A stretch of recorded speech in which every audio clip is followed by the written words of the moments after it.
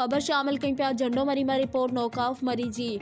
झंडोमरी जे government boys primary school में 300 ॿारनि लाइ 3 उस्ताद मुक़रर, हिकु ड्यूटी ते 2 उस्ताद वीज़ा ते।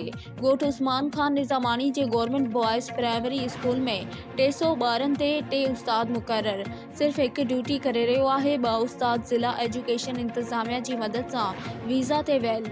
आउं रोज़ानो ड्यूटी ते ईंदो आहियां। आउं 300 ॿारनि खे पढ़ाए नथो सघां, छो त ॿार तमामु वधीक आहिनि। ॿारनि जा सबक ॿुधण ऐं ॿारनि खे पढ़ाइण में ॾींहुं गुज़रियो वञे थो। मौजूद उस्ताद मुराद अली बरफ़त।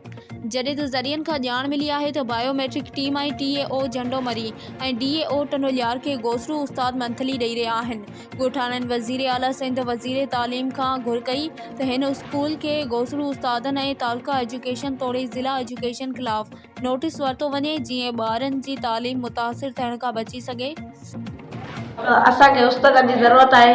असां हिकिड़ो उस्ताद पढ़ाए थो, ॾाढी महिनत सां पढ़ाए थो। 2 स्कूल भरियल आहिनि, हिकिड़ो वरांडो भरियल आहे ऐं हेठां अंगण में बि ॿार आहिनि। इन करे असांखे उस्तादनि जी सख़्तु ज़रूरत आहे। अच्छा, छोकिरियूं बि आहिनि तव्हां सां गॾु? असां गॾु छोकिरियूं बि आहिनि। स्कूल में 300 ॿार आहियूं, 2 क्लासूं भरियल आहे, वरांडो बि भरियल आहे, अंगण में बि ॿार आहिनि, छोकिरियूं बि असां सां गॾु आहिनि। असांखे उस्ताद हिकिड़ो ॾाढी महिनत सां पढ़ाईंदो आहे, हर हिकु ॿार खे सबक ॾींदो आहे, उन में वक़्तु लॻी वेंदो आहे। इन जे करे असांखे 2 उस्तादनि जी ज़रूरत आहे। ठीकु। छा मसइलो आहे तव्हांजे स्कूल जो पुटु? असांजे स्कूल में हिकु उस्ताद आहे, असांखे ॾाढी महिनत सां पढ़ाईंदो आहे। 2 स्कूल भरियल आहिनि, हेठां अंगण भरियो पियो आहे। असां सां गॾु छोकिरियूं पढ़ंदियूं आहिनि।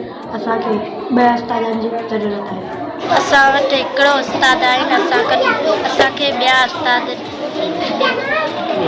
शागिर्द घणा आहियो तव्हां? 300। 300। हिकिड़ो उस्ताद आहे, 300 शागिर्द आहिनि, 2 उस्ताद। ठीकु।